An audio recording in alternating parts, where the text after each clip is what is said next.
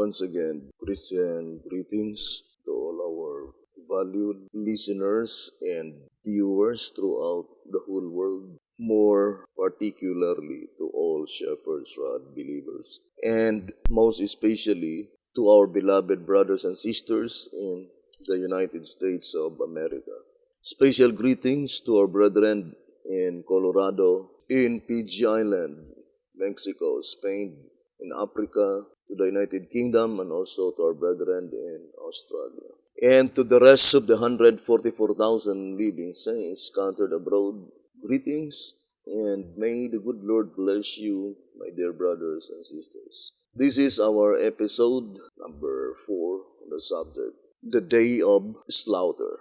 We do not proclaim this message to compel anyone to believe, but rather, this message is proclaimed and intended to all of them who wish to escape such oncoming destruction. And here in track number 1, on page 29 and page 30, it says, as the words which Ezekiel was to speak to his people were found in the book which he ate, the book can be none other than the Bible, from which comes the message culminating in joy, mourning, and woe.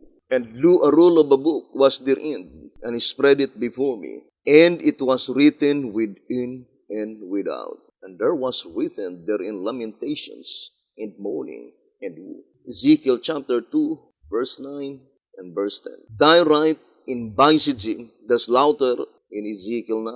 And the woes pronounced in the master's parables, the Lord of that servant shall come in a day when he looketh not for him, and in an hour that he is not aware of, and shall cut him asunder, and appoint him his portion with the hypocrites. There shall be weeping and gnashing of teeth. Then said the king to the servants, bind him head and foot, and take him away, and cast him into outer darkness. There shall be weeping and gnashing of teeth. Matthew 24, verse 50 and 51, and Matthew 22, verse 13. So according to our reading, the book by which the prophet ate, antitypical Ezekiel, is none other than the Bible.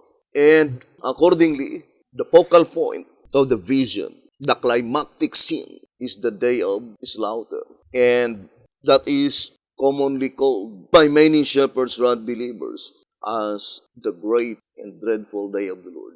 Although that is the climactic part of that great and dreadful day of the Lord, the most important part is the marking or the sealing of the 144,000 living saints. According to track number 15, page 58, moreover, as the first phase of the judgment passes with the 6th chapter of Revelation, the second phase begins with the 7th chapter.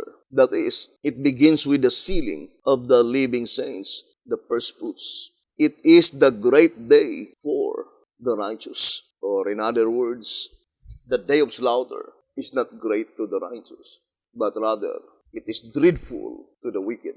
The great day for the righteous is the sealing. And here in 2 Symbolic Code, number 10, page 8, it says, coming to Isaiah 28, verse 21, we read, for the Lord shall rise up as in Mount Perazim. He shall be wrought as in the valley of Gibeon, that he may do his work, his strange work, and bring to pass his act, his strange act. The subject of Isaiah 28 is the church in apostasy. And the prophet is calling attention in the 21st verse to her call for reformation and to the destruction of those who would continue on with their abominations. And it points back to the example in David's time when the Lord broke forth upon David's enemies at Baal Perazim. 2 Samuel chapter 5, verse 20. So that those to whom the call comes may awake, repent, and be saved. Therefore, as the wicked in the church are to be destroyed at the end of the closing work for the church, Volume 3, page 266, at her purification, Volume 5, page 80, Isaiah 28, verse 1 must meet its fulfillment at the time when the sinners in Zion shall be cast out from among the righteous. Isaiah 33, verse 14, and Matthew 13, verse 49. I remember the statement in 2 Symbolic Code number 12, page 8. It says, sorrow to one, joy to another. Question number 140. Please give us light on the following testimony, or that the people might know the time of their visitation. The time of God's destructive judgments is the time of mercy for those who have had no opportunity to learn what is truth. Tenderly will the Lord look upon them. His heart of mercy is touched. His hand is still stretched out to save, while the door is closed to those who would not enter. Testimonies for the Church, Volume 9, page 97.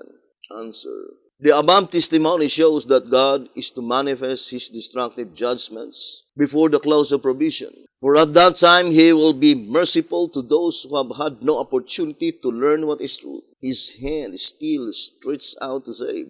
Moreover, it also proves that at the same time, the doors probation had closed to those who would not enter. 2 Symbolic Code number 12, page 18. I remember the statement in 1 TG. Number 5, page 12, it says, the sinners in Zion are first to cry to the rocks and to the mountains. Then will the proclamation of the great and dreadful day of the Lord go forth far and wide, saying, hear ye that are far off what I have done, and ye that are near acknowledge my might. Isaiah 33, verse 13. And that's sinners in Zion, without any doubts. They are the watchmen. And here in 2 Azar 101, it says, Peter saw a time when God will judge the church, for the time is come that judgment must begin at the house of God. And if it first begin at us, what shall the end be of them that obey not the gospel of God? 1 Peter 4:17. The gospel of God mentioned here is the present truth under the seventh seal. The final proclamation of the gospel. Because according to Azar 266, it says, only by the gospel proclamation, through that spiritual house, can God save His people. But the question is that, what shall the end be of them that obey not the gospel of God? They did not only disobey the gospel of God, but at the same time, they were barring the way of others. It says here, 101, what would be the end of him who enters not the ark of safety? And the ark of safety mentioned here is God's sanctuary, the sanctuary by which God deposited His present truth. That is the sanctuary mentioned in 2 Azar 164. Come to the sanctuary, confess your sin to secure your life. So here it says, what would be the end of him who enters not the ark of safety, but dares bar the way of others? As the prophets saw the day of vengeance upon the sinner in Zion, and the Lord returning from the slaughter, He asked, who is this that cometh from Edom, with dyed garments from Bozrah, this that is glorious in his apparel, traveling in the greatness of his strength? I that speak in righteousness, mighty to save, for the day of vengeance is in mine heart, and the year of my redeem is come. And I looked, and there was none to help, and I wondered that there was none to uphold. Therefore mine own arm brought salvation unto me, and my fury it upheld me. And I will tread down the people in mine anger, and make them drunk in my fury, and I will bring down their strength to the earth. In Answerer, number 4, the same chapter mentioned. Here in Answerer number 4, page 23, it says, that whoever continues to hold his people in bondage and in ignorance of his truth, will he tread in his anger, and trample them in his fury, and sprinkle their blood upon his garments, thereby staining all his raiment, and thus setting his people free. Answerer number 4, page 23. That whoever continues to hold God's people in bondage and in ignorance of His truth, will He tread in His anger, and trample them in His fury, and sprinkle their blood upon His garments, thereby staining all His raiment, and thus setting His people free. And it says here in 2 Azar, page 101, fearful is the day that is soon to fall upon the watchmen on the walls of Zion, for the righteous only shall be preserved. Fearful is the day that is soon to fall upon the watchmen on the walls of Zion. Brethren, it is high time now to be honest in our profession of faith. Here in 1TG number 24, on page 12, 1TG number 24, page 12, the Lord counsels them to be honest with Him. Honest in their profession of faith. Are we professing to be shepherd's rod believers? Are we obedient? Then if that is the case, we need to be honest of what we profess. I think there are two things by which the true and real obedient is doing. First, the true, the honest, the real obedient never say anything to ruin the reputation of any other people, even to the so-called enemies. The very gospel of Jesus Christ said, love even your enemy. And secondly, if we believe P.T. Hotep, then we need to believe what he wrote. The same of what Jesus Christ told to the Jewish people. In 2TG 37, page 14. Jesus said, had ye believed Moses, you would have believed me. John 5, verse 46. To believe in Moses is to believe what he wrote. To believe in Jesus is to believe what he says. If we are fully believer, professing to be obedient, then we need to believe what the shepherd's rod teaches. Does the shepherd's rod teach us that in order to win someone, you will ruin the reputation of other people just to bring to your movement? Is that the attitude of the true obedient? The real obedient only speak the truth. More particularly to those who are candidates to be among the living saints, 144,000, without guile in their mouth. It says here in 1TG number 5, page 18, even some present truth believers now and then drop a word of criticism, saying things by which to bolster their own reputation and down on others, or to win someone to their way of thinking at the expense of God's cause. These kinds of sins are the most insidious. And the greater the ability of the one that is engaged in such practices, the greater the damage. Are these tongues of ours not given to us to glorify God through His truth? Or are they given to us to use God's revealed truth in a way to exalt self, to get others to think our own way? We need to be honest, brothers and sisters. And according to the voice of inspiration, in 1TG number 16, it says, 1TG number 16, page 30, it says, that they are to speak well of everyone, no longer will they waste their breath or time talking of the sins of others, that never will they busy themselves with other people's concerns, that they are to manage their own and execute judgment and peace in their homes, that God's truth is to expand rapidly. At first, one individual speaking the truth to another, then one city communicating it to another city. Finally, one strong nation is to invite another nation to join the Lord. So the admonition given in 1TG 24, page 12, it says, the Lord's counsels, these counsels coming from God. The Lord counsels them to be honest with Him, honest in their profession of faith. They are moreover assured that at the fulfillment of this prophecy, the destroying angels are to remove the wicked from the midst of the righteous. Thus will the wicked be raptured away and be no more. 1TG 24, page 12. To repeat again, brothers and sisters, this reading in the General Conference Special on pages 11 and 12, it is pointing to the day of slaughter, the dreadful day, as well as to the day of marking, the great day.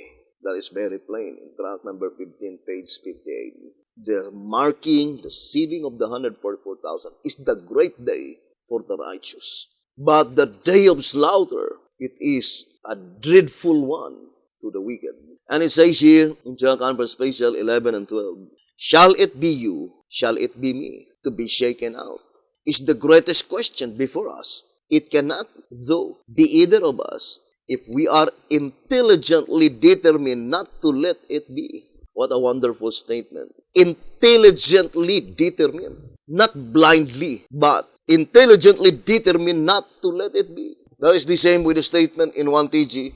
Intelligently choose to be with. Here in 1TG number 21, on page 21, it says, most Christians know that there are two classes in the church, wheat and tares, but few, if any, seem to care. We, as reformers, though, especially since we have been given this great light on the subject, cannot afford to be indifferent. We may now intelligently choose to be wheat, intelligently choose to be wheat, or blindly choose to be tares. If after knowing this truth, some choose to be tares, they, of course, will have gained nothing and need not be surprised when they land in hell. 1TG 21, page 21. Or in other words, the only reason that this message is sent by God in order to let each individual intelligently choose to be with, not foolishly choose to be tares. Because in 1TG number 15, on page 19 and page 20, it says, the author of these statements in early writings, page 118 and 277, makes clear that the loud cry is not made by a lot of noise, but by an additional message, and that the third angel's message in the end of the world, not the end itself, selects the wheat from the tares. Who among you would be foolish enough to close his eyes, to close his ears to the testimony of the prophets, and at last in consternation cry out, the harvest is past, the summer's ended, we are not saved. Jeremiah 8:20. Life is but what we make it, brethren.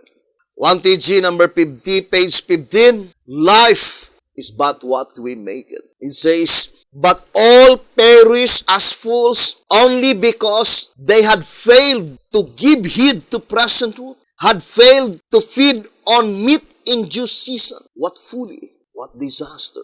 The Voice of Inspiration says, in answerer number 5, page 30, it says, the judgment, therefore, is to determine who are the wheat and who are the tares, and to designate the future of age. Answerer number 5, page 30. So while we are studying the subject concerning the judgment, which is the harvest, we have been given the chance either to be among the wheat, intelligently choose to be wheat, or foolishly choose to be tares. The shepherd says, brethren, for worse or for better, White House Recruiter, page 45.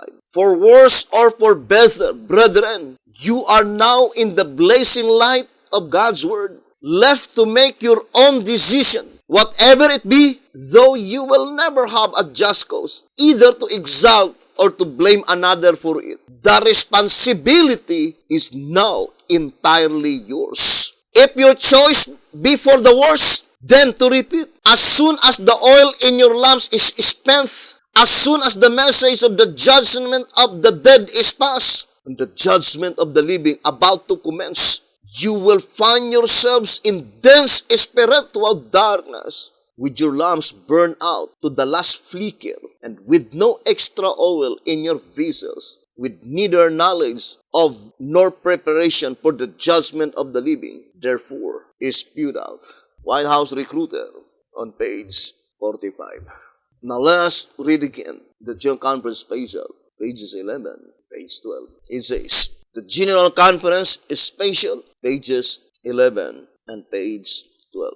Shall it be you, shall it be me, to be shaken out? Is the greatest question before us. It cannot, though, be either of us, if we are intelligently determined not to let it be. Assuredly, brethren, not a one need be in uncertainty. All may for a surety know both the day and the Elijah, as he proclaims it, because to our surprise, he will point out that every Bible prophet describes the day and also tells what the Lord would have us do while it is approaching, and subsequently while we are going through it. All will see that no one but Elijah can proclaim the day. General Conference Special, pages 11, page 12.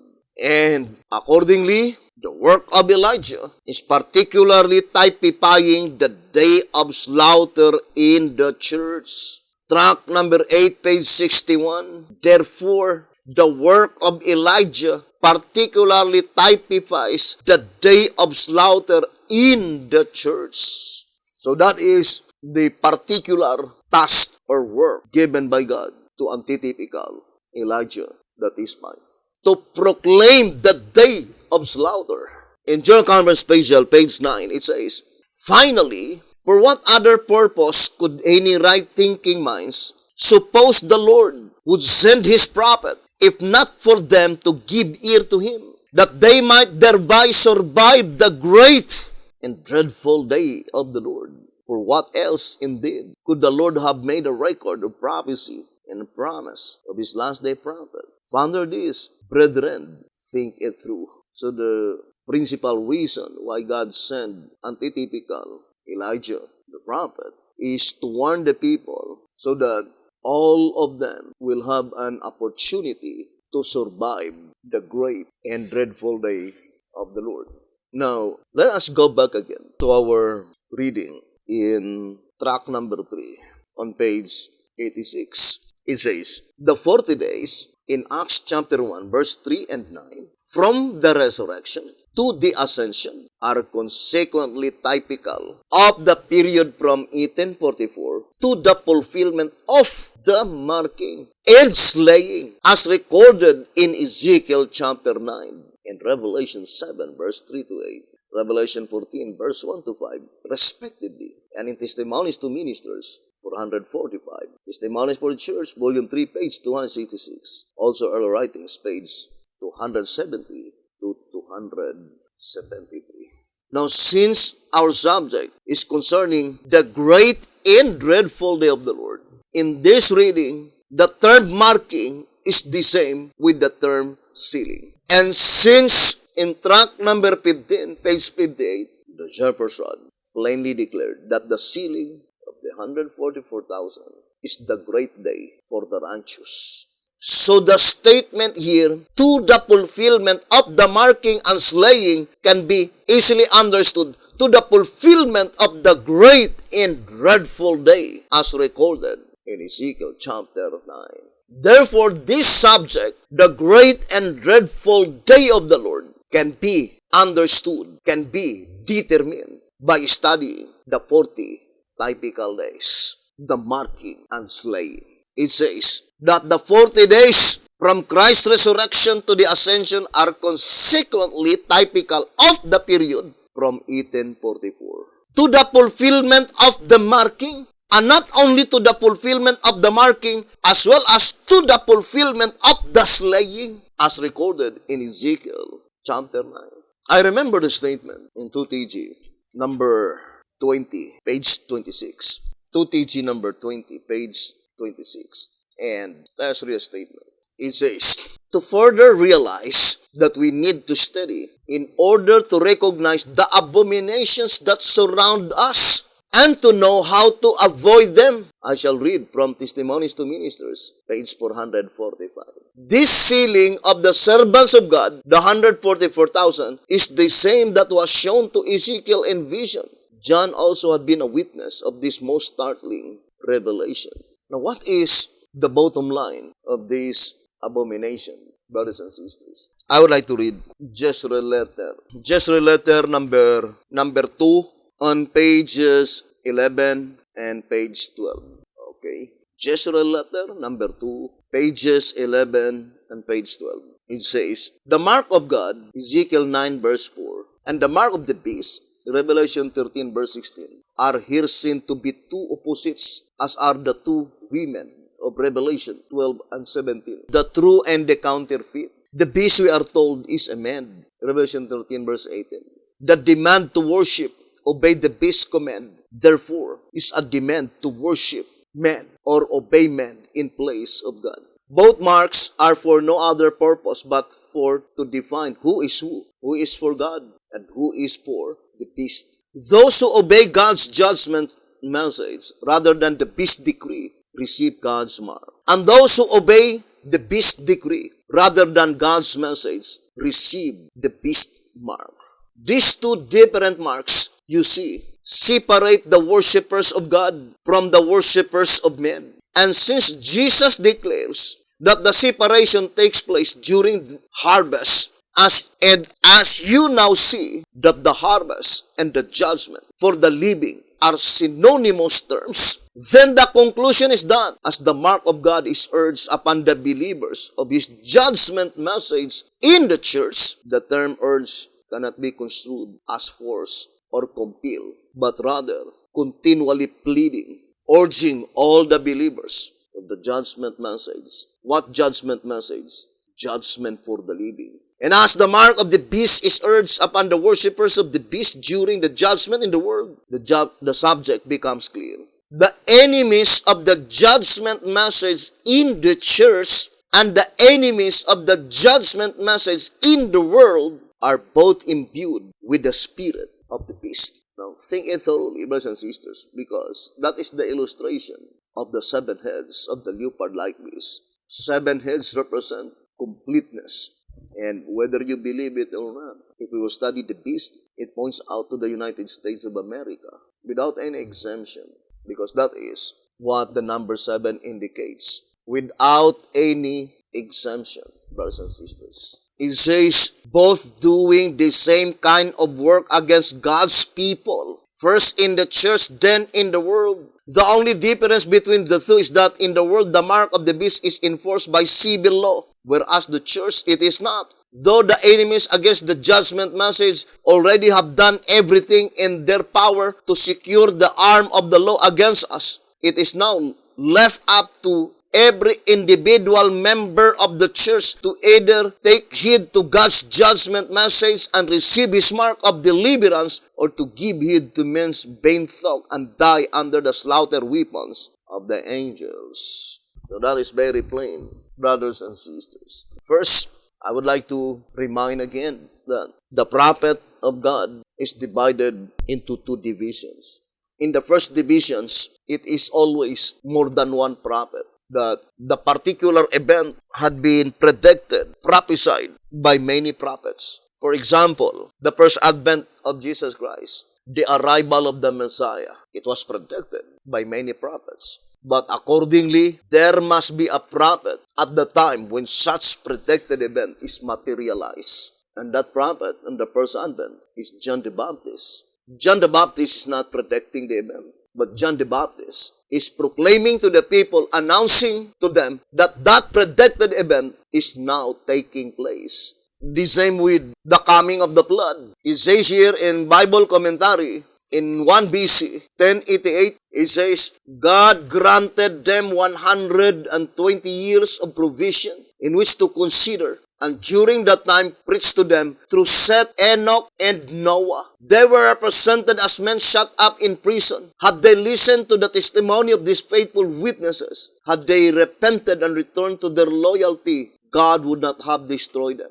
Voices of Noah and Methuselah heard. God determined to purify the world by a flood, but in mercy and love, He gave the antediluvians a provision of 120 years. During this time, while the ark was building, the voices of Noah, Methuselah, and many others were heard in warning and entreaty, and every blow struck on the ark was a warning message. So I would like to repeat again, brothers and sisters. For example, William Miller, he predicted the cleansing of the sanctuary. But at the time when the event is actually taking place, God raised up another prophet, Sister Ellen G. White. That is how God works, the manifestation of inspiration. B.T. Hotep is a prophet that raised by God to predict that event, the great and dreadful day of the Lord, by which He Himself declared, still future in their days. Answerer number 3, page 88, and it says, and looking forward to the time of the great and dreadful day of the Lord, the time just ahead of us. The time just ahead of us. The Lord admonishes the people who will be living at that time. And for sure, it is not the generation in the days of B.T. Hotep. And for sure, this reading in tract number 13, page 11, saying, remember ye, all who shall witness the destruction of the wicked described above. Now, brothers and sisters, concerning the destruction of all the wicked Sabbath keepers, more particularly to the watchmen in Zion. Beti-Hotep and all his associates, there is no more possibility that they could witness such destruction. They will be resurrected after the event. So it is pointing to the statement in Answerer number 3, page 88. It says they were looking forward to that event. And it says, remember ye all who shall witness the destruction of the wicked described above, the law of Moses my servant, which I commanded unto him in Horeb, for all Israel, with the statutes and judgments. This command to keep the law, which Moses received in Horeb, is according to the scriptures to all, not only to many, but to all who are to be living in the great and dreadful day of the Lord. It did not say who are to be living before the great and dreadful day of the Lord, but rather living in the great and dreadful day of the Lord. The time when that event is taking place, living in the great and dreadful day of the Lord, living when God sends to the world his last prophet, the antitypical Elijah. Antitypical Elijah the Tishbite is the last prophet that God ever sends to this world. And he must be the prophet in the second division. The prophet who will announce and who will proclaim that that predicted event that had been ever predicted by Beti-Hotep will now be materialized in our days. And there are two things, brothers and sisters, that we need to observe clearly. The antitypical Passover, the Day of Atonement, also the Feast of Tabernacles. The Feast of Tabernacles, that is the time when the sealing of the 144,000 is already finished. When God's people leaving the cities and villages. Therefore, the most important is the antitypical Passover and the antitypical Day of Atonement. So, reading again the statement in 2TG number 20, page 26, to further realize that we need to study in order to recognize the abominations that surround us and to know how to avoid them, I shall read from Testimonies to Ministers, page 445. This sealing of the servants of God, the 144,000, is the same that was shown to Ezekiel in vision. John also had been a witness of this most startling revelation. So what is now the abomination? The abomination is that all those who hinder this urgent work, hindering the message, is standing against the present truth. Let us distinctly separate the generation in the days of Beti-Hotep, brothers and sisters, and try to meditate, brethren. Because when I am reading 2TG number 11, I would like to read again 2TG 11:13. And you can read to yourself, more particularly to all our brethren in America, because this is your own language. And I do fully believe that it would be more easier to you to comprehend, because that is your first language. Here in 2TG number 11, page 13, as the oil was available to all 10 virgins, the parable makes clear that the message of the judgment of the living is brought to the church, but that only half the virgins availed themselves of it. When the judgment of the living begins and the cry is made, behold, the bridegroom cometh. Go ye out to meet him. They will all arise, but only half of them will gain admittance. And this is the statement which I'm saying, but by which it's very hard to imagine. Saying, the other half will have sinned against the Holy Spirit, will have rejected His truth. Consequently, when they knock on the door, the bridegroom's answer will be, I never know you. What foolishness, what a disappointment that will be. That statement saying, will have sinned against the Holy Spirit, it seems that there is no choice. What does it mean by saying, will have sinned against the Holy Spirit, will have rejected His truth? The verb will have indicates future. But why is it that it seems in necessity they will sin against the Holy Spirit? In necessity, they will reject God's truth, the present truth. It can be easily understood, brothers and sisters, that they deliberately choose to place themselves in a way by which the consequence is to sin against the Holy Spirit. They place themselves by which the result, they will reject the truth. Now, for example, if you think that the present truth under the seventh seal is deposited in the movement you belong, by which in reality, you were in a deplorable condition, then what would be the result? For sure, you will reject the message that comes to your attention. That is why B.D. Hotep says in 1TG number 8, it says here in page 20, 1TG number 8, page 20, is there anything which could more completely and more quickly sever one's communication line with God forever than an attitude of having all the truth and of having need of no more? 1TG number 8, page 20. Is there anything which could more completely and more quickly sever one's communication line with God forever than an attitude of having all the truth and of having need of no more? Well, you know the answer.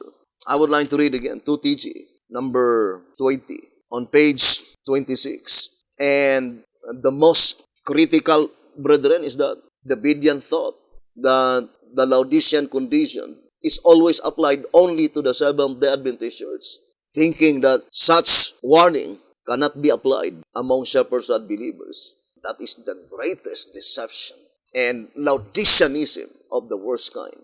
Now, I would like to read here 2TG number 20, page 26, quoting Ezekiel 9, verse 4 to 6. When the day approaches for this scripture to be fulfilled, then its truth must be the meat in due season. For the people at that time, nothing else can take its place. And so we see that as Nineveh was spurred by the message to it, so the Laodiceans can only be saved by the message to the Laodiceans. What is Laodiceans, brothers and sisters? People declaring judgment. And in the subject, Zechariah chapter 6, in the Great Paradox, according to track number 2, page 34, the fourth chariot is the Laodiceans. Track number 2, page 34, the fourth chariot. Since the first three chariots embrace the history of the church up to 1844 AD, the fourth one must represent a subsequent church organization, successor to the Millerite or Philadelphian church.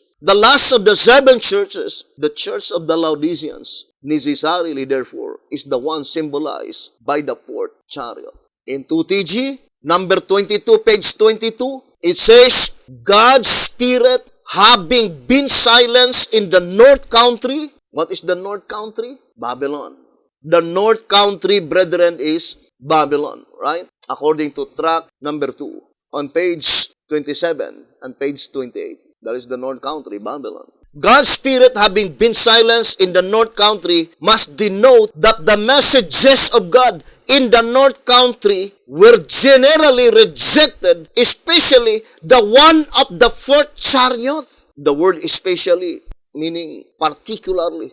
It did not say one of the four chariots, one of the fourth. To repeat again, grammatically, that phrase one of always indicates more than one. And there is no other safe conclusion.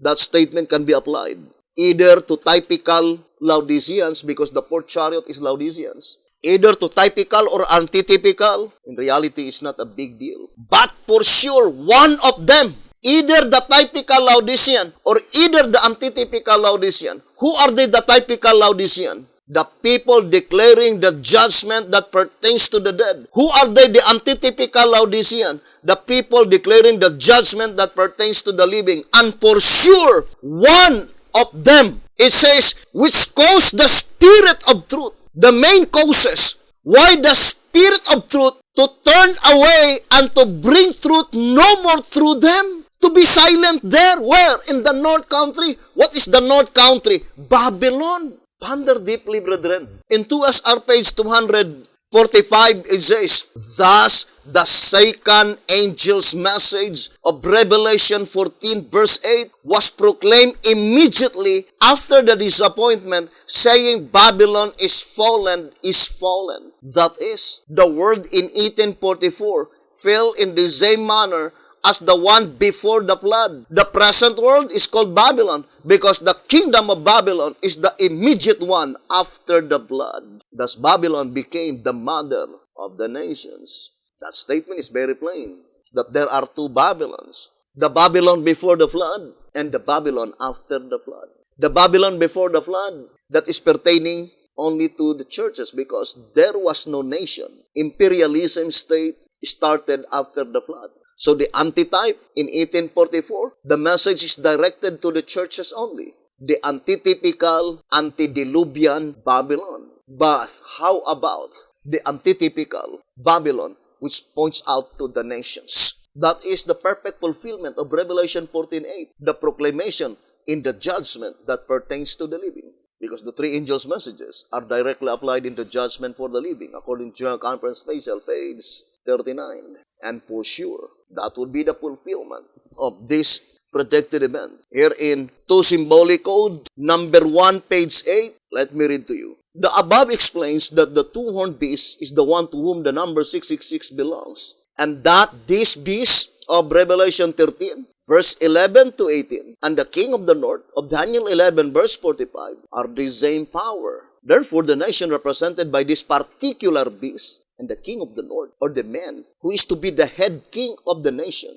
of that nation, in the time when this image beast, the two-horn, enforces the worship of his image, whose image is nothing less than the thing he made, or to make a likeness of the religio-political system of the beast before him. The leopard-like of Revelation 13, verse 1 to 10, that is a likeness of the papal system in the period before the leopard-like beast received his deadly wound. As the fulfillment of this prophecy is yet future, we cannot now tell who will then be the head king of the north of this prophetic nation, modern Babylon, that is symbolized by the two-horned beast. To Symbolic Code, number 1, page 8. What is the modern Babylon?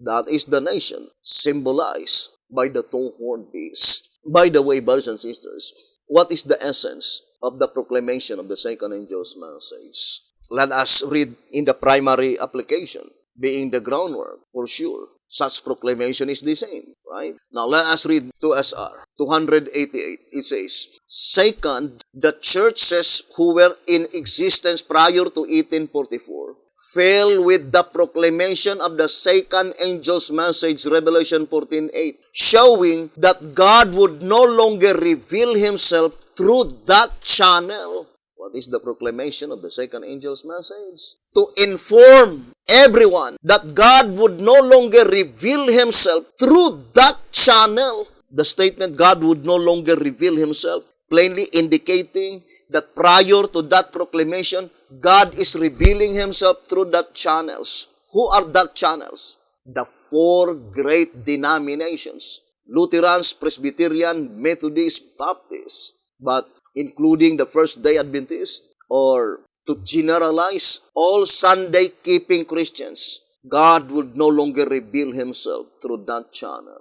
Or in other words, in 2SR page 97, it says, the second angel's message of Revelation 14 verse 8, 2SR page 97. The second angel's message of Revelation 14 verse 8 had announced that Babylon, the churches prior to 1844, had fallen. That is to say that God would let no light shine upon his word through these fallen churches. That is to say that God is trying to inform all his faithful children that God would no longer permit any light from heaven to be channeled from that denominations. But that is the primary application of the second angel's message, standing as the antitypical, antediluvian Babylon, by which the type, according to 1SR 226, brothers and sisters, the type is pointing with unmistakable evidence to the particular object in view, which is the antitype.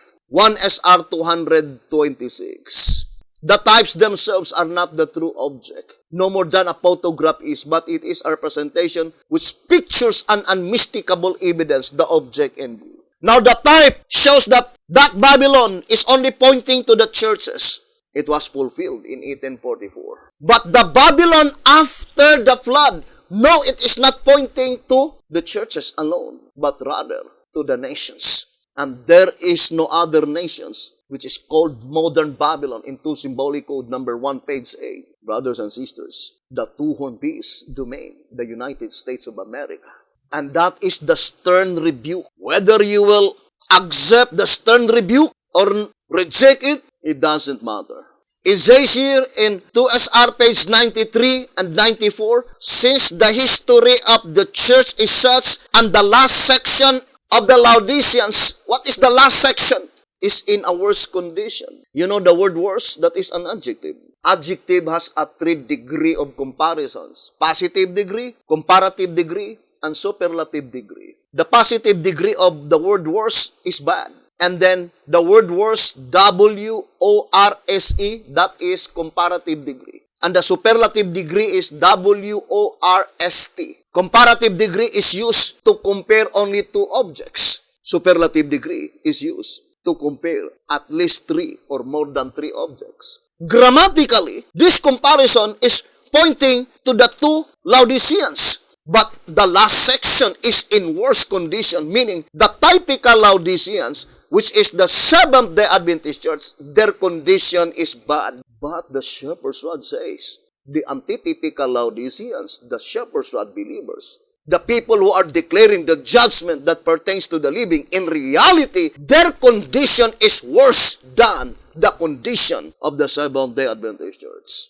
Well, that is not my words. That is the word of inspiration. And it says, and under greater condemnation than any previous one. Yes, that is the divine principle in the Bible. The more light, the greater the condemnation.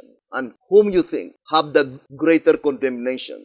Does the Seventh-day Adventist Church has great light than the Davidian? Every Davidian will say they have the great light. Under greater condemnation than any previous one. And as there is no time left for calling out a new movement, then a message of amazing light. And to repeat again, only to the righteous, that they will amaze the light. Then a message of amazing light and stern rebuke through the word of God. And this is the stern rebuke. The same with the statement in the Great Controversy. Let us read. The Great Controversy, page 452. It says, again the command is given, cry aloud, spare not. Lift up thy voice like a trumpet, and show my people their transgression, and the house of Jacob their sins. The Great Controversy 452. It is not the wicked world, but those whom the Lord designates as my people, that are to be reproved for their transgressions. He declares further, yet they seek me daily and delight to know my ways, as a nation that did righteousness and forsook not the ordinance of their God. Isaiah 58, verse 1 and 2. Here is brought to view a class who think themselves righteous and appear to manifest great interest in the service of God, but the stern and solemn rebuke, not only stern, but solemn rebuke of the searcher of hearts, that is God, proves them to be trampling upon the divine precepts. What nation? Which is called the house of Jacob. Now let us read the shepherd's rod. Here in the shepherd's rod, 1TG, number 5, page 9. It says, the house of Jacob, 1TG, number 5, page 9. The house of Jacob, to which God is here speaking, is again identified by the fact that it dwells in a land that is full of silver, of gold, and of chariots, that there is no end to the number of them. Since there is no land in all God's world that is as rich with silver, gold, and motor vehicular traffic as is this land of the United States of America, obviously, very obviously, America, the land where the headquarters of the gospel is the land to whom God refers. But there are 2 headquarters. Woe to the sinners in Zion. What does it mean by Zion? Let us read Winehouse Recruiter, page 57. It says here, page 53. And it shall come to pass that he that is left in Zion at headquarters. What is Zion? The palace grounds. Track number 8, page 5, meaning the headquarters. But there are 2 headquarters in the United States of America. The house of Jacob and the house of Esau. In 12 Symbolic Code, number 5, I would like to read. 12 Symbolic Code, number 5, page 18. But the Jacobites are not yet on Mount Zion with the Lamb. Instead, they are in antitypical Pedam Aram, where God is sustaining them apart from the Esauites in the church. That is why one part of the Adventists are in Washington, D.C., and the other part is in Texas. They are unable to get along together. 12 Symbolic Code, number 5, page 18. So the thought of this reading can be easily understood that the house of Jacob and the house of Esau are 2 different things. Now, think it thoroughly, brethren. The absolute fact is that the nation mentioned in Great Controversy 452 according to 1TG, number 5, page 9 and 10, is the United States of America. So that is the fulfillment of Revelation 14 verse 8. The stern and solemn rebuke that God's Spirit is silenced in the United States of America, no longer pertaining to the churches, but to the nations itself. So that statement in 2TG number 9, on page 7, it says, we know that the Spirit who leads into all truth and all knowledge is not himself led or thought by any man. Hence, why should we depend on any man that is divested of inspiration to pass judgment on inspired truth? The word points out that not men only, but even the nations are as nothing. It points out to the nations by which God declared, I will no longer send my Spirit to that nation. Quoted in the North Country. Who is the causes? One of the fourth chariots. 2TG 22:22. God's Spirit, having been silenced in the North Country, must denote that the messages of God in the North Country were generally rejected, especially. So the first statement is applied to the primary application of Revelation 14:8, by which such proclamation is to announce that God will no longer reveal himself through that channels, those churches that had been raised by God during the dark ages. That God will no longer let any light to be channeled in that churches. But that is the primary application. The great controversy says the perfect fulfillment is still future and it must be applied to the United States of America. The great controversy, page 390. It says, I would like to read. The Bible declares that before the coming of the Lord, Satan will work with all power and signs and lying wonders and with all deceivableness of unrighteousness. And they that receive not the love of truth, that they might be saved, will be left to receive strong delusion, that they should believe a lie. 2 Thessalonians 2 verse 9 to 11. Not until this condition shall be reached, and the union of the church with the world shall be fully accomplished throughout Christendom, will the fall of Babylon be complete. The change is a progressive one, and the perfect fulfillment of Revelation 14 verse 8 is yet future. The perfect fulfillment of Revelation 14 verse 8 is yet future. In the upper part, it says, the second angel's message of Revelation 14 was first preached in the summer of 1844, and it then had a more direct application to the churches of the United States. So the application of those churches in the old world, that is only indirect application. The direct application must be to the churches in the United States of America. Because the final fulfillment of Revelation 14:8 is pointing no longer to the nations alone, but as well as to the entire nations, the North Country. So this is the message. It says, especially the one of the fourth chariot, which caused the Spirit of truth. The only one who can interpret the Word of God is the Spirit of truth.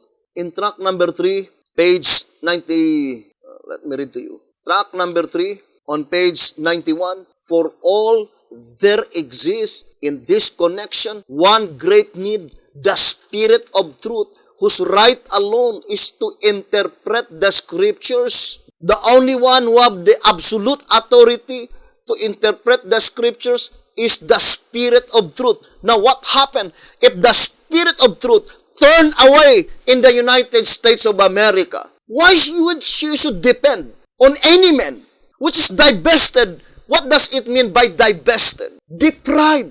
God Himself declared, do not expect any truth in the United States of America. What truth to expect? The present truth under the seventh seal?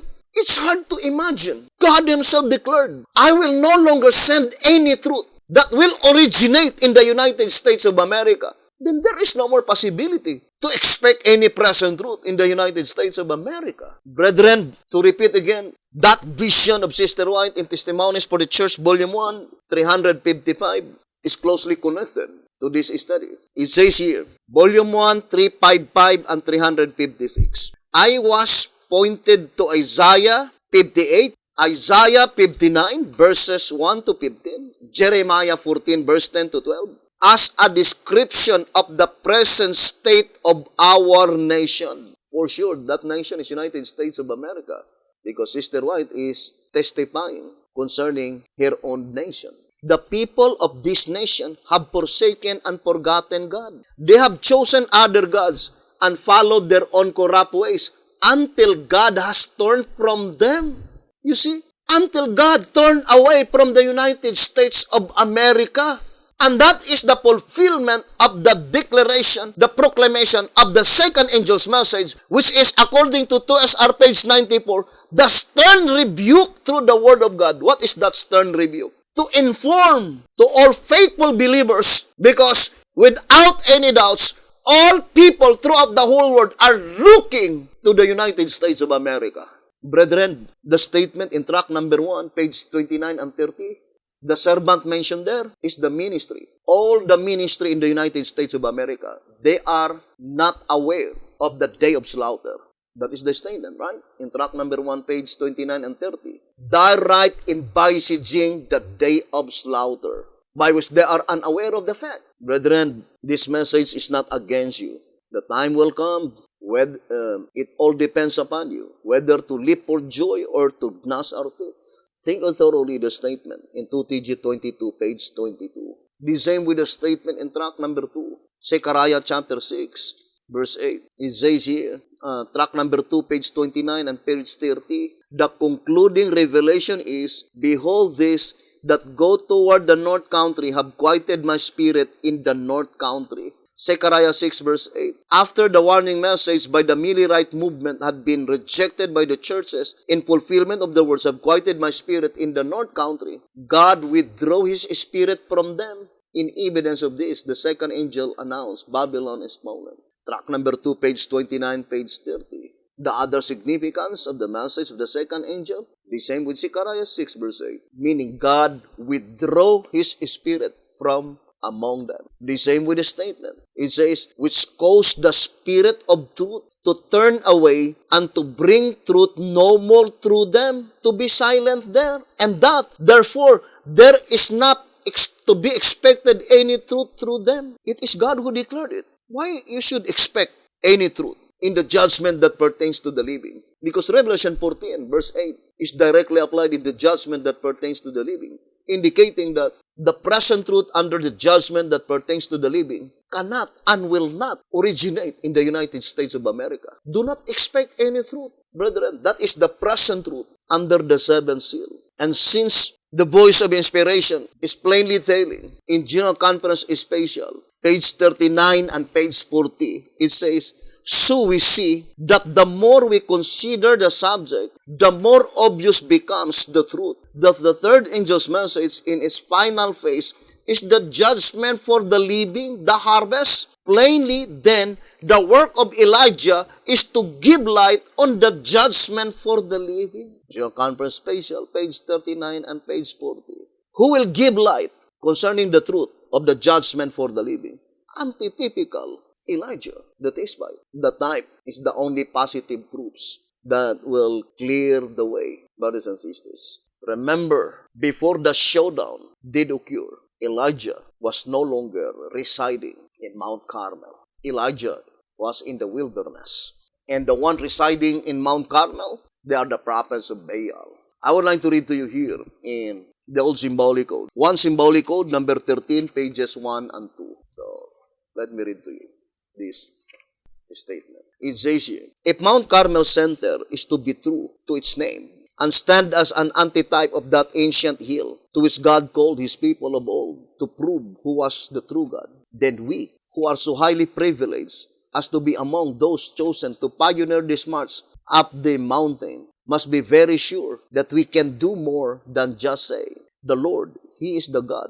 The Lord, He is the God. Lest we fall under the condemnation of the false prophets who were slain at the close of that memorable day when Elijah met the prophets of Baal on the ancient mount.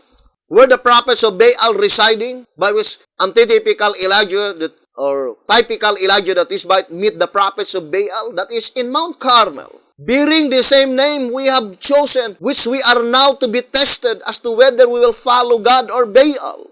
Thus, the Mount Carmel Center today is true to its name. Brothers and sisters, there is no difference with the Seventh-day Adventist Church.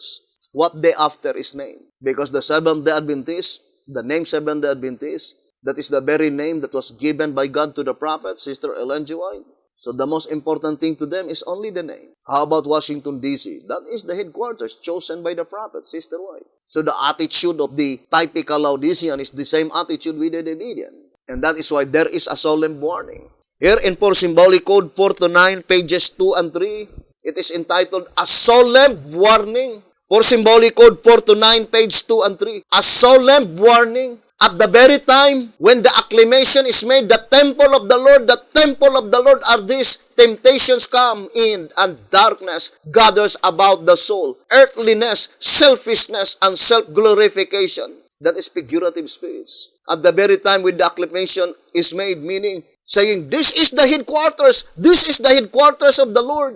Temple represent headquarters. What happened to that headquarters in Shiloh, in Mount Moriah, in Mount Zion? Would you think the sacredness of those headquarters exceed the sacredness of the headquarters of the Davidian? Think it thoroughly, brothers and sisters. That is a solemn warning. What happened to those headquarters when instead of to welcome the present truth in that headquarters, they were the very ones fighting against the present truth. Thus the headquarters preserved from its destruction, reduced into ashes. And that's why B.T. Hodem says in 3 Symbolic Code 11 to 12, page 10 and 11, shifting of responsibility. You can read the entire pages, but I will just read the statement. 3 Symbolic Code 11 to 12, page 10. Moreover, after the death of its reformer, the churches which they founded fell into the hands of foolish shepherds who were reaching out after numbers rather than after real converts. Thus, as they flooded the churches with worldlings, they caused her to backslide after its forward step, with the consequence that the Lord has had to shift the responsibilities from the old leadership to a new one in its call of reformation.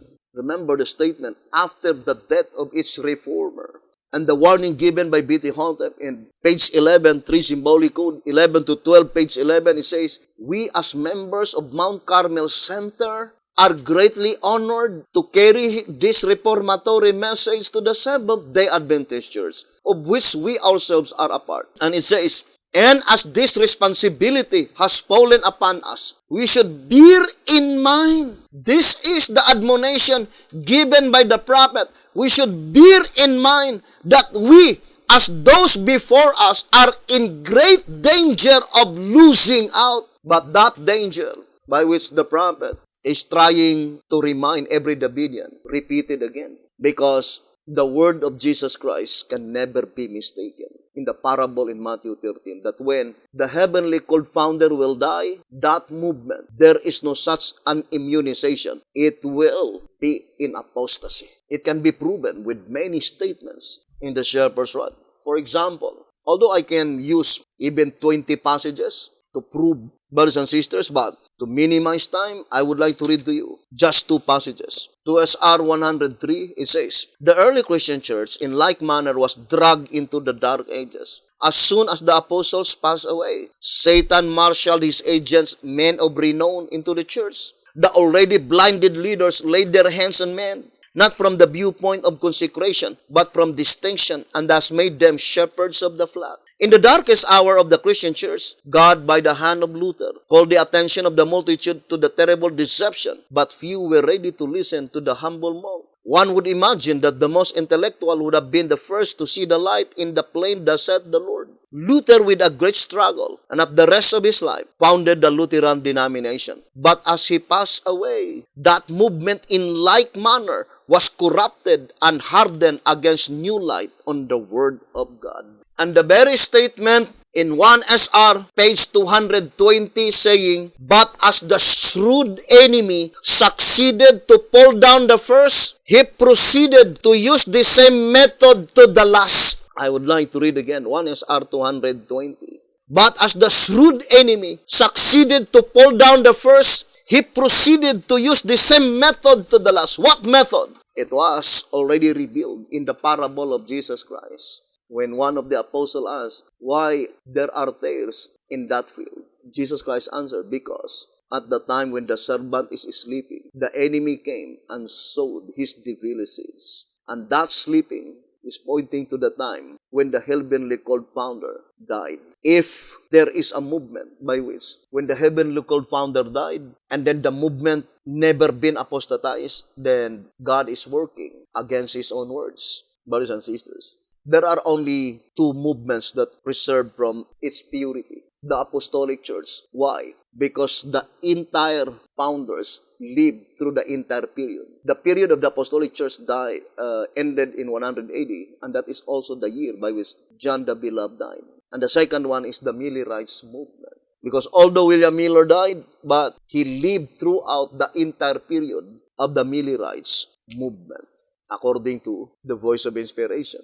I would like to read here in track number 2, page 33 and page 34. Of all the 7 churches, Revelation 2 and 3, only the Philadelphian, the Millerite church did not run afoul the same satanic practices. Every true to God. It closed its brief but spotless career in 1844, its appointed destination, having lived its entire life under the personal supervision of its founder. It was never new modeled, thus being without condemnation as perfectly illustrated by the third chariot and its white horses. Track number 2, page 33 and page 34, because the heavenly called founder lived the entire period of the Millerite movement. But B.T. Hotep died prior to the commencement of the judgment that pertains to the living. Then for sure, it was already predicted beforehand that that movement will be fallen into apostasy.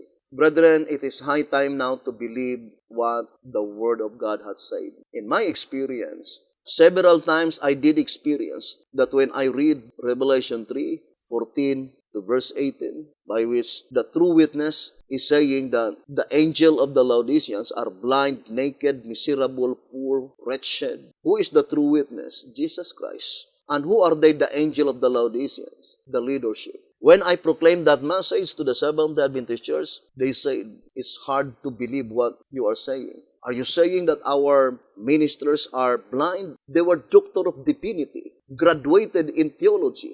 They were smart. They were intelligent people. The only answer that I gave is that, well, I do not know who they are individually. But for sure, God knoweth all of them. And since it is Jesus Christ who testified that, His testimonies are true. And I need to believe what Jesus Christ had said, regardless of what the finite observation may appear. For Jesus Christ will never tell a lie. How about us, brethren? Do we believe what Jesus Christ had said? Now, in the Word of God, the Bible is for prophecy, more particular to the Shepherd's Rod publications, that there is no such immunization in any movement when the heavenly called founder will die. That movement will be fallen into the hands of foolish shepherds, uninspired men. And secondly, brothers and sisters, it is the Word of God who declared that in the proclamation of the second angel's message, in its perfect fulfillment, it is an announcement to inform all God's citizens that whatever the message of present truth under the seventh seal, it will never originate in the United States of America, because God Himself decreed, God Himself declared, God Himself announced, I will no longer reveal myself in the North Country, the two-horned beast domain. I will not let any truth to shine from that country. Do not expect any truth from the United States of America. What truth? The present truth under the seventh seal. But the Bijan will say, are you saying that there is no present truth in our movement? We are the one who published that Shepherd's Rod publications. Is that the way that you understand? Who published the Bible? And who wrote the Bible? It is the Jewish nation. Does the present truth cometh in Israel? Think it thoroughly, brothers and sisters. Now, this statement in 4 Symbolic Code 429, page 3, 4 Symbolic Code 429, page 3, it says, but if Mount Carmel Center is not to be different from any other institution in the world, then the world would have no need of it. Do not forget that statement, brothers and sisters. That is very plain. That if Mount Carmel, according to the Voice of Inspiration, is not to be different with any other institution, then the existence of such Mount Carmel is not needed. What does it mean? Only present truth that counts. If that Mount Carmel Center, that whatever that headquarters you belong, if the present truth cannot be found in that movement, brothers and sisters, the world does not need of it. What the world needed? The gospel. What is the gospel? The present truth. It says here in 1 SR 255, it says, in view of this onrushing torrent of apostasy, headed by misled spiritual guides, in my estimation, the leopard beast of Revelation 13 verse 1 to 3 has met a most striking fulfillment of symbolical prophecy. All the world wandered after the beast. The world in general has always been after the beast. For this reason, the world is in need of the gospel. The world is in need of the gospel. So if that Mount Carmel Center, the gospel under the seventh seal, the present truth under the seventh seal, because only by the gospel proclamation can God save His people. 2SR page 266, only by the gospel proclamation through that spiritual house can God save His people. He did not say only by the headquarters, brothers and sisters. The only headquarters that can save humanity must be the headquarters by which the present truth was bestowed by God. Because it is the present truth, it is the gospel that will save humanity. But the very statement itself, brothers and sisters, in the voice of inspiration, I would like to read to you in 1 SR 222. 1 SR 222. It says, though such great apostasy and blasphemy has gripped the world. What is the blasphemy, by the way? There are many explanations given by the Shepherd's Rod, right? But let me read to you some statement. It says here, 2 TG 17:8. The blasphemy being over the heads, not over the horns, denotes that the religious bodies portrayed therein do not worship God according to truth, that they are not wholly what they profess to be. The exact interpretation that inspiration places on the word blasphemy is this: I know the blasphemy of them which say they are Jews and are not. Revelation 2 verse 9. That is a figurative speech. It must be applied to all because 7 indicates all. What does it mean by the blasphemy? The blasphemy is that saying, brethren, quoting some verses, some passages, and then they name themselves according to that statement, but in reality, they are not. That is the blasphemy. What they wanted is the name. That is the wholesale deception,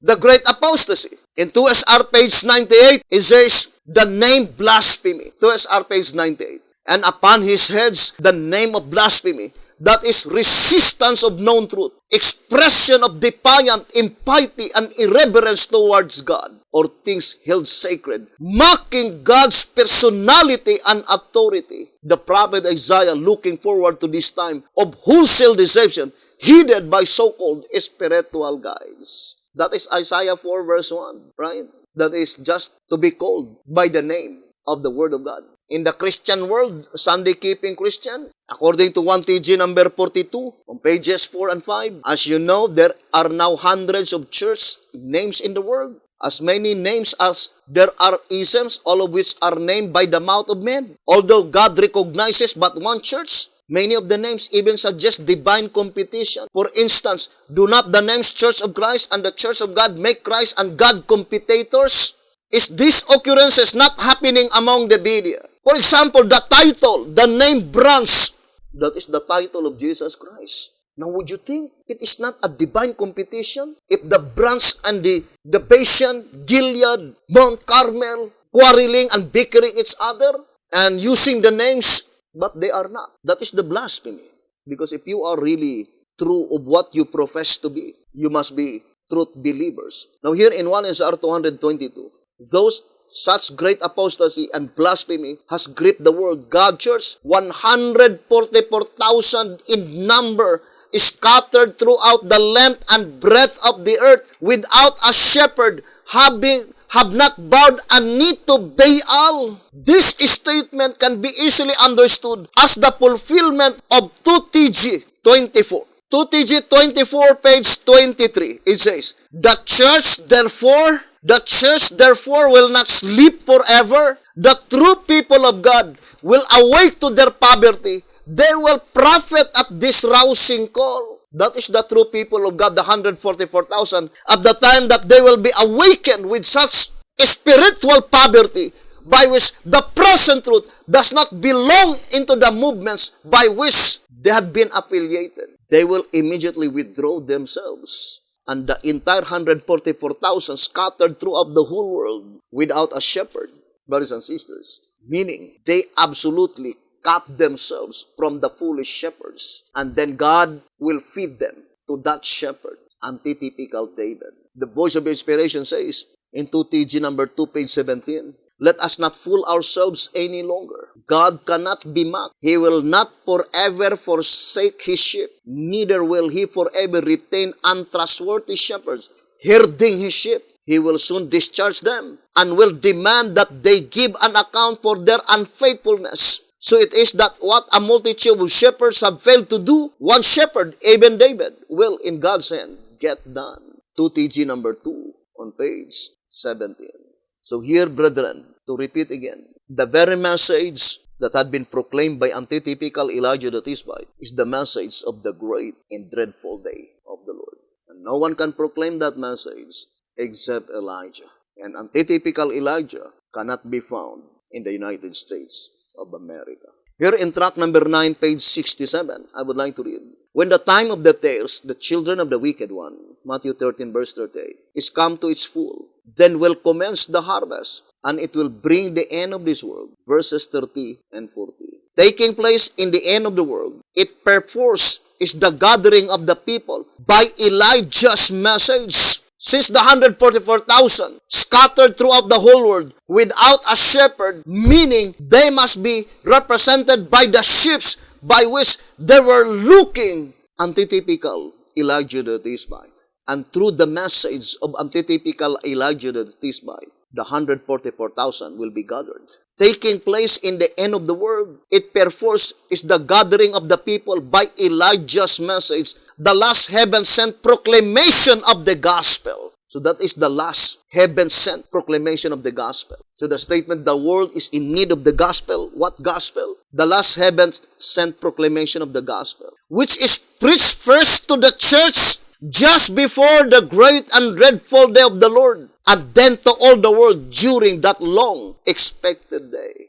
And we are approaching that great and dreadful day of the Lord, brethren. The great day is the time when the marking will begin, and that marking will begin after the blotting out of names of all the wicked under the congregation among the living. And that will be in March 27, 2021. But the only people to be marked, the only people to be sealed by that mark of deliverance, the seal of protection, are the people whose names left written in the Lamb's Book of Life. So the marking and the sealing, mark of deliverance, seal of protection, brothers and sisters, is only the climactic point. Because once your name will be blotted out, will be removed, will be erased, then there is no more hope. Our hope is forever gone, and we are only waiting for such destruction.